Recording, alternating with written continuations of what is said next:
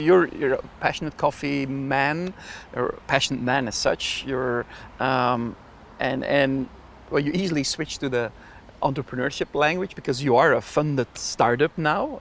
Probably it's not going to be as fast growing as Amazon or Salesforce or something, because it's not a software company. You're actually, you know, managing this whole process. So by nature it will be. But you still are a funded company.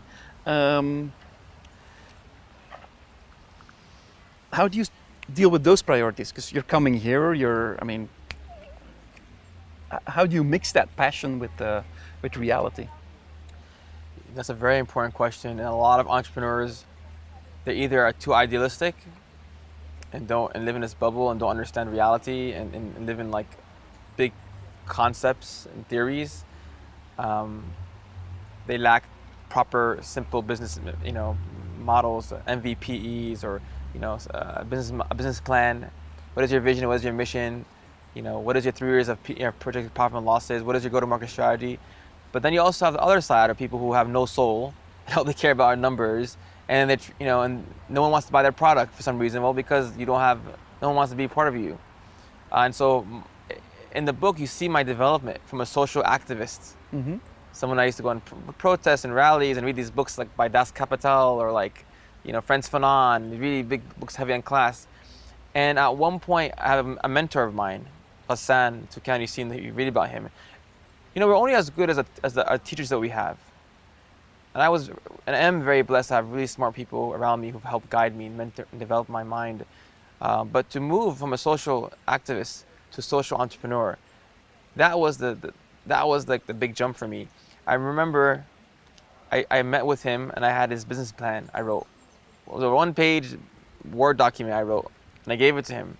And I was very proud of it. This is like 5 years ago.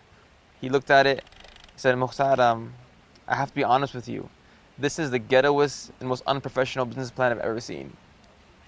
What are you doing here? What's going on? And he began to like really, and I took that as a constructive criticism. And so when you say go back and forth, it took a long time for me to be able to do that, to balance between being an idealistic person who's passionate, but also being someone who's realistic and can create like mechanisms and proper ways to grow a company, using create your metrics and what is your month-to-month goals, and so that was the first part of your question. And your second part of the question was, how do I manage my company? Yeah. It's hard. So right now, like today, I'm here with you. A wonderful, beautiful day in Belgium, and I get to talk about my work with you. I have a great conference to speak at tomorrow, and these are things that I do because they ground me. I feel like I have the opportunity to speak about entrepreneurship. It's better that I speak about it and someone else who doesn't. I want young people to understand the best way to look at making money. You could do that, but also think about how you can impact the world positively while doing that, and trying to find your passion and cultivating that.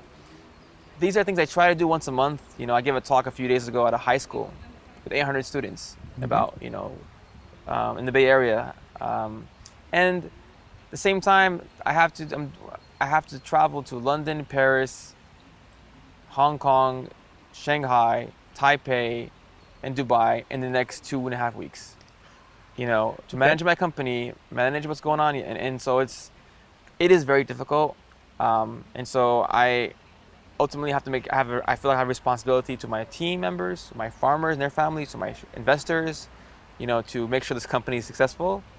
And then for myself, I try to do these kind of things because they help ground me and they help me. And I think I have a responsibility to speak on if I have a platform.